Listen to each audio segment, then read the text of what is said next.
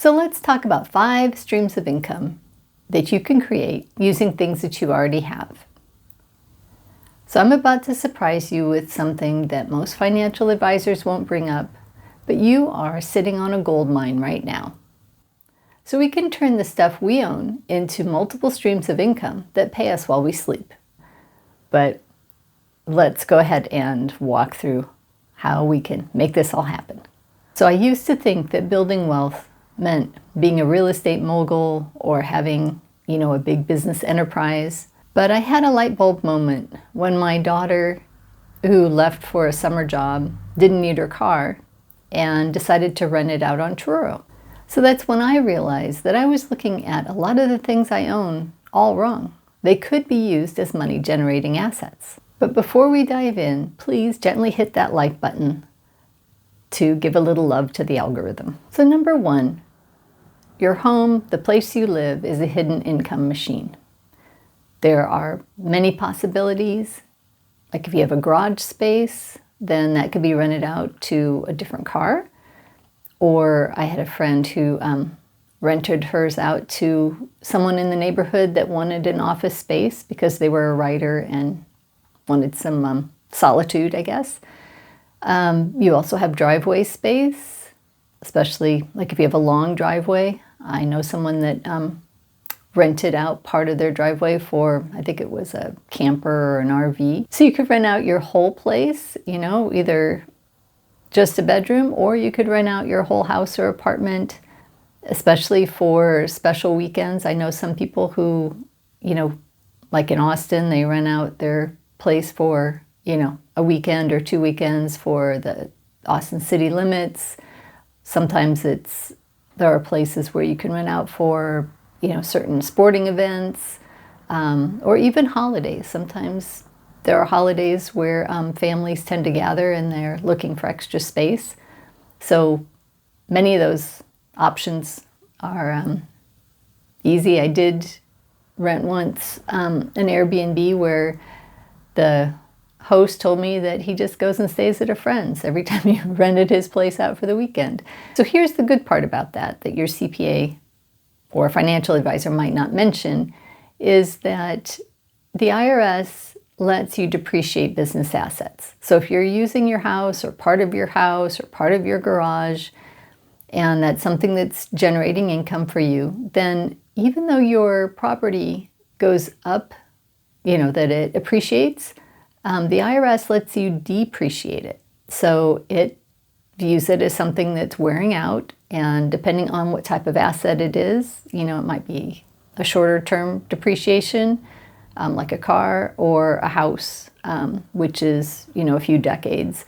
But it lets you not only get income, but also apply depreciation, which offsets it. So it can be a really great financial strategy. Number 2 is your car. And of course, that's another large, expensive asset that you have. And you can turn that around and have it make money for you. So there are a couple of different ways, and I'm not talking about ride sharing. This is a lot more passive. You can do advertising with your car. There are companies out there that will, wrap your car in an advertisement, or there are also ones that you could put on decals and stickers, smaller advertisements, and you can give them some calls and find out, what their parameters are. And then, of course, there is like my daughter, where you can rent out your car, like on the weekends, or like we're talking about for special events, or while you're traveling. Number 3 is like an RV, camper, or boat, the kind of asset that you forget you have, except when you're ready to go on vacation. The nice thing about those are that people are very excited to have a new experience. And if they have the ability to rent yours, for a reasonable cost, they think that's wonderful. This is number 4, are specialized things that you happen to have that you can rent out, whether that's photography gear, camping gear, If you want to do the whole thing like tent and camping gear all together, that would be a wonderful package for someone. One popular one is drones. Like if you had a drone or you wanted to get a drone and you realized you could rent that out for part of the time to offset the expense, then that's a wonderful option. So any of these things can be basically retirement fund accelerators. Number 5 is taking that same concept of specialized gear and maybe going a step further. You could rent it out to someone for, let's say, $150. Let's say it's you're a family that entertains a lot and you have a bunch of chairs and tables and maybe tents that you use for your family gatherings.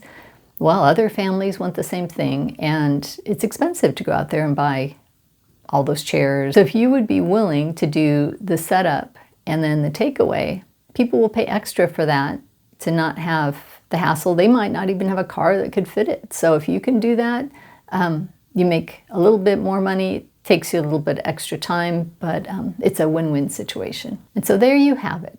5 different business ideas that don't take you going out and buying anything new. These are things that you have around. So now your house isn't just where you live, it's a business asset. Your car isn't just what you drive personally. It can be something that generates income because people see the ads when you're driving down the road, or it can be something that you use occasionally to work with your business. And that RV isn't a guilt trip anymore. Now it is an income generator as well as being something that you can use still on those vacations. So here's something that we don't generally talk about as women building our retirement funds, is that it's great to generate more income, but it's also wonderful to have the money that you already have work harder for you. And some of your money is in your assets. So if you can get those assets to work, money you've already spent, to generate income and get tax write-offs, it's a wonderful situation. So if this helped you see your stuff differently, then I'd appreciate it if you would hit the subscribe button so that we can talk about more options in retirement. And let me know in the comments, which income stream you're thinking of starting. Are you going to be using your house, your car, the stuff in the garage that you forgot you had? So I should mention that I'm not a financial advisor. This is just information that I'm interested in. I'm hoping you'll be interested in it also. It's for education and entertainment purposes.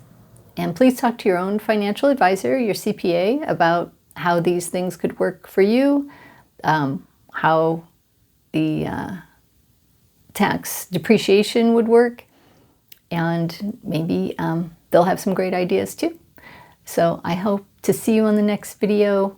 I hope you stay positive, have a wonderful week, and we'll see you on the next one. Bye-bye.